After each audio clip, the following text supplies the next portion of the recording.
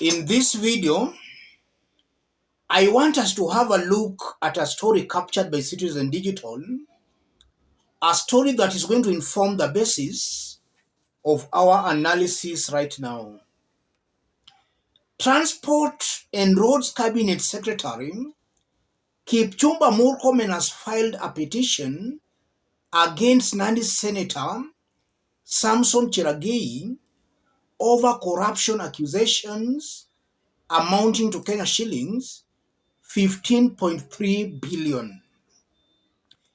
In a letter dated November 29, 2023, Murkomen accused the senator of defamation following the allegations that the CS collected over Kenya shillings 15.3 billion, $100 million bribed from a Chinese company, China Wuyi, early in the year.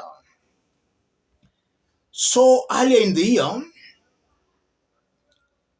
Cheragei alleges that Murkomen was bribed 15.3 billion Kenya shillings by a Chinese company, China Wuyi. And now Murkomen is threatening legal action against Cheragei. And if you go through that story, Cheragei is alleging that already Murkomen had been paid half of that amount. That's about 7.5 billion Kenya shillings. And that's why Murkomen has been defending Chinese contractors at the expense of local contractors. That's what Cheragei is alleging. And in the recent days, it's alleged that Murkomen has been living some lavish lifestyle. Just this week, Murkomen's wristwatch.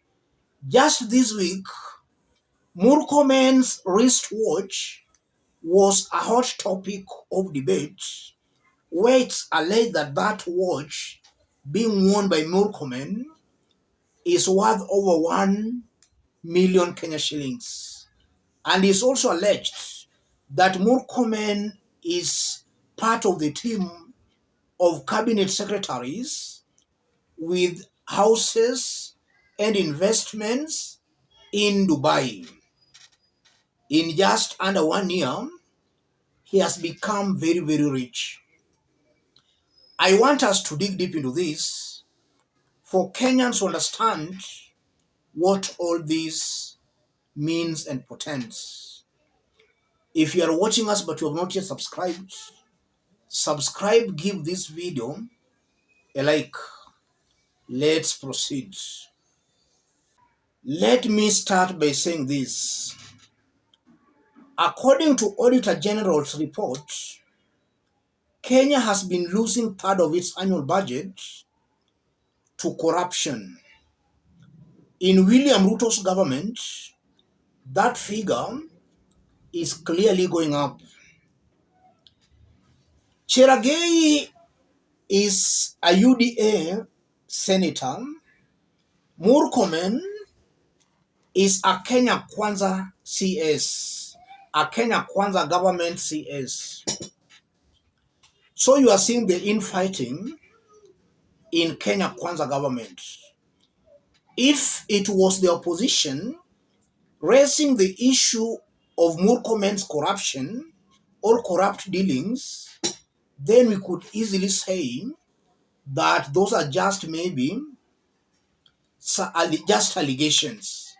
But now that a government senator is exposing corruption in the government, I believe that should be taken very, very seriously. It shows clearly that even the government itself is suspicious of itself. Yes, this is a government that is not even very sure of itself. And that brings us to the issue of integrity. Kenya Kwanza government is full of men and women who do not pass the test on leadership and integrity. And I won't be wrong to say that nobody is clean in this government, including Cheragei. So it's just like the kettle calling the pot black. Nobody is very clean in this government. But that expose, or rather that fight, alone confirms that there is serious corruption in Kenya Kwanza government.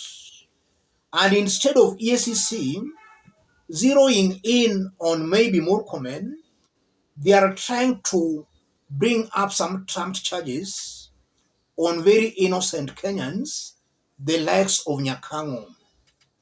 And the mere fact that EACC is silent on Murkomen, that's just a confirmation that Murkomen's dealings, maybe the highest office in the land, is sanctioning or abating that.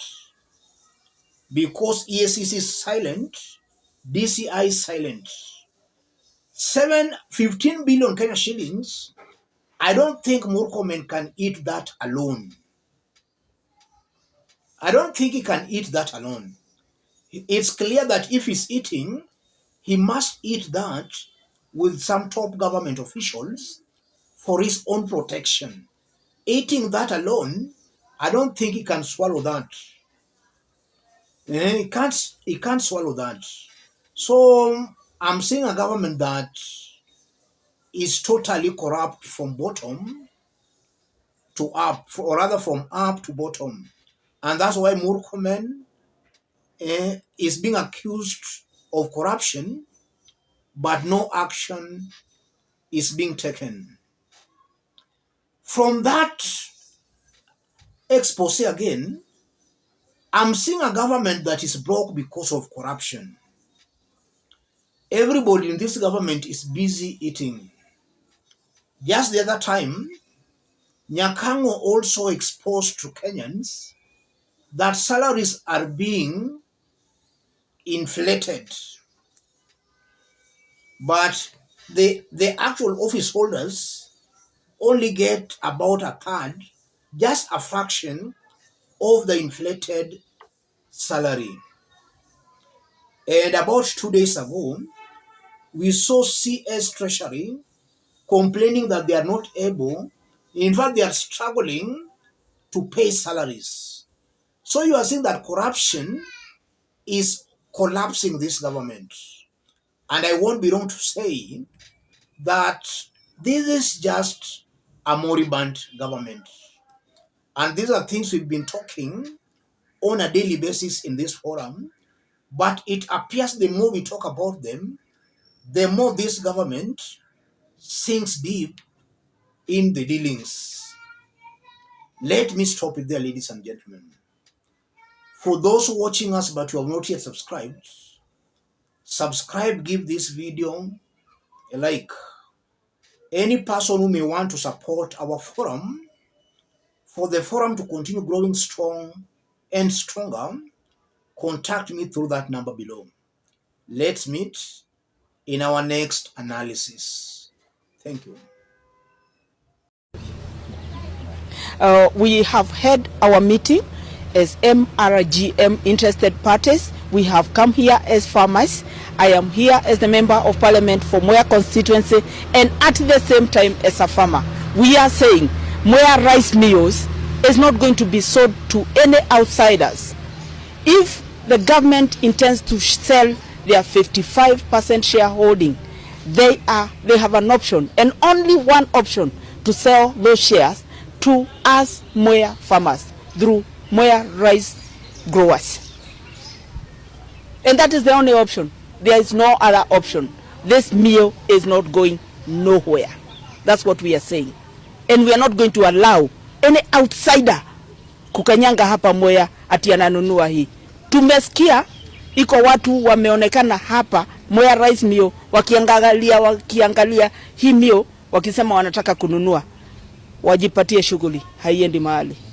We are perplexed as farmers of Kirinyaga, and especially rice growers. we understand the government is interested to sell MRM, Moya Rice Mills Company Limited. Moya Rice Mills is a company limited owned by two people. It's a company for two people, rice farmers and the government. The government has majority shares of 55%, and rice growers have minimum shares of 45%. There is no way the government can sell MRM when Moya Multipurpose Cooperative Society is standing as a member, as an owner of the company.